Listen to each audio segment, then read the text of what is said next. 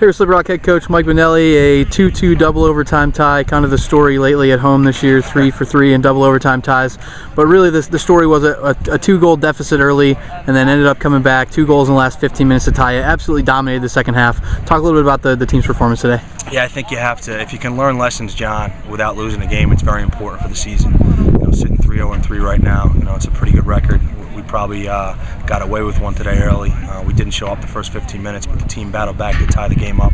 We had a lot of chances to win it. So if you can learn lessons, you can't just show up and expect to play good. You have to prepare for the game, and I don't think the team prepared as well as we should have today. We just didn't show up, and but to battle back in the second half and have chances to win it, we're excited about that. We'll move forward to PSAC play.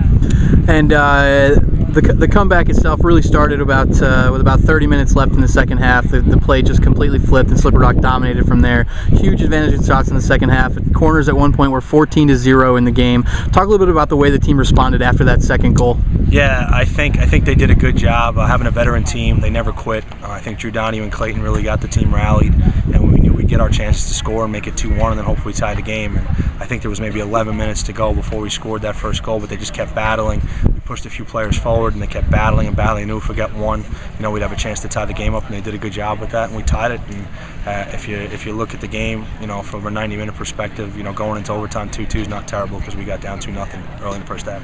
And a lot of depth on your roster this year. You used a lot of guys up front, and I think that may have contributed to the dominant performance there toward the end of the game and in the overtime sessions. Particularly Mike Ramirez off the bench was phenomenal up front. He made a beautiful through ball pass to Brandon Chu for the first goal. Talk a little bit about how nice it is to be able to have so much depth to be able to put guys up there.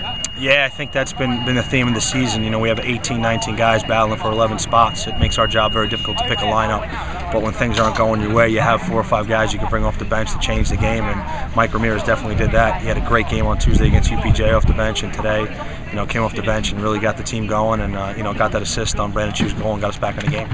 And moving ahead now, this kicks off a 6-game home stretch for you guys. You won't play on the road again until October 6th. You'll open the conference schedule here coming up.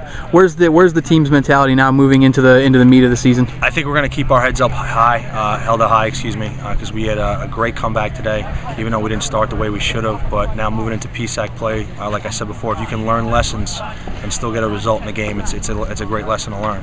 So I think the lesson is we have to prepare for every game. We're not good enough just to show up, and hopefully the team prepares a little better for Thursday, and we're going to have a great week of training building up to PSAC play, and we're looking forward to playing Mercyhurst on Thursday.